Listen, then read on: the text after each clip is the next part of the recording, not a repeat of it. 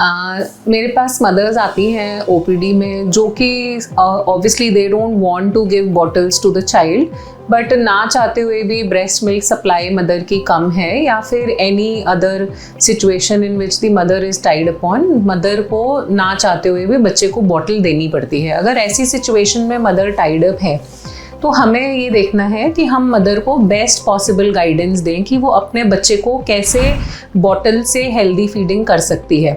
Obviously I am a paediatrician, I will always suggest the parents की exclusive breast feeding is the only choice for the child. But if we are in this situation कि हमें bottle देनी ही पड़ रही है तो हमें bottle का कैसे ध्यान रखना है ताकि बच्चा जो है वो हेल्दी रहे और बच्चे को बॉटल की वजह से कोई इन्फेक्शंस ना हो। सबसे फर्स्ट आपको जब आप बॉटल साफ़ करने जा रहे हैं आपको किन स्टेप्स का ध्यान रखना है। सबसे फर्स्ट है कि आपको अपने हाथ बहुत अच्छे से वॉश करने हैं। आपको steps of hand washing follow करके और अपने हैंड सबसे पहले क्लीन करने हैं। सेकेंड चीज़ कि आपको बॉटल को पूरा डिसमेंटल करना है। बॉटल, निपल और बॉटल के जो भी पार्ट्स हैं वो आपको बिल्कुल अलग करने हैं। आपको जो बच्चे के बॉटल के लिए डिटर्जेंट्स आते हैं अलग से, आपको वो यूज़ करने हैं और आपका एक डेडिकेटेड ब्रश रहना चाहिए जो कि आप सिर्फ बच्चे की बॉटल क्लीनिंग के लिए ही यूज़ कर रहे हैं। आपको उस ब्रश से बच्चे का बॉटल अच्छे से क्लीन करना है, बच्चे की निपल क्लीन करनी है, बॉटल की निपल क्लीन करनी है और बॉटल का जो और पार्ट्स रहते हैं वो क्लीन करने हैं और उसके बाद आपको रनिंग वाटर में उसको वॉश करना है। जब ये आपने वॉश कर दिया है उसके बाद आपको बॉटल जो है वो बॉईल करनी है। तो बॉईल करने के लिए आप सारे सेपरेटेड पार्ट्स को एक वेसल के अंदर डालेंगे और 5 से 10 मिनट तक उसको उबलने देंगे। जब पानी को उबाला आ जाएगा, जब वाटर बॉईल होना शुरू हो जाएगा, उसके बाद कम से कम नहीं तो 5 to 10 मिनट्स वो बॉटल उसमें उबलनी चाहिए।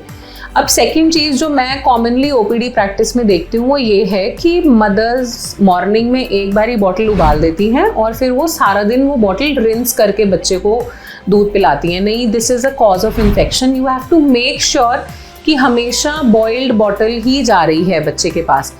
ऐसा करने से जो है वो बच्चा इन्फेक्शन से बचा रहेगा। ऐसे में मैं मदर्स को बोलती हूँ कि आप एटलीस्ट 2-3 बॉटल्स रखिए बच्चे की जो कि आपने बॉईल कर दी। फिर जब वो 2-3 बॉटल्स का स्टॉक आपका फिनिश हो गया तो आप दोबारा से सारा रिंसिंग का प्रोसेस करके और उसको बॉईल करके आप फिर बच्चे को दीजिए। देखिए, bottles are always a source of infection. I have seen very bad infections with bottle, but then if you have no other choice then at least you can follow this for your child's betterment। जब बच्चे की bottle boil हो जाती है उसके बाद आपको बच्चे की बॉटल एयर ड्राई करनी है। तो कोई भी क्लीन नैपकिन के ऊपर आप बच्चे की बॉटल रखिए और उसको हवा से सूखने दीजिए। और अब आती है बारी कि हमें कब रिप्लेस करनी है ये बॉटल। अगर बॉटल का कलर चेंज हो गया है या बॉटल में क्रैक्स आ गए हैं तो you have to change that bottle, otherwise the life of that bottle is 2 to 3 months। And similar thing is with the nipple. Nipple I advise the parents to change after every 1 to 2 months। और अगर nipple cracked हैं, उनमें से बहुत ज़्यादा fast milk आ रहा है या फिर निपल्स के कलर चेंज हो गए हैं तो आप उनको निपल्स को प्लीज़ डिस्कार्ड करिए और दूसरी चेंज करिए।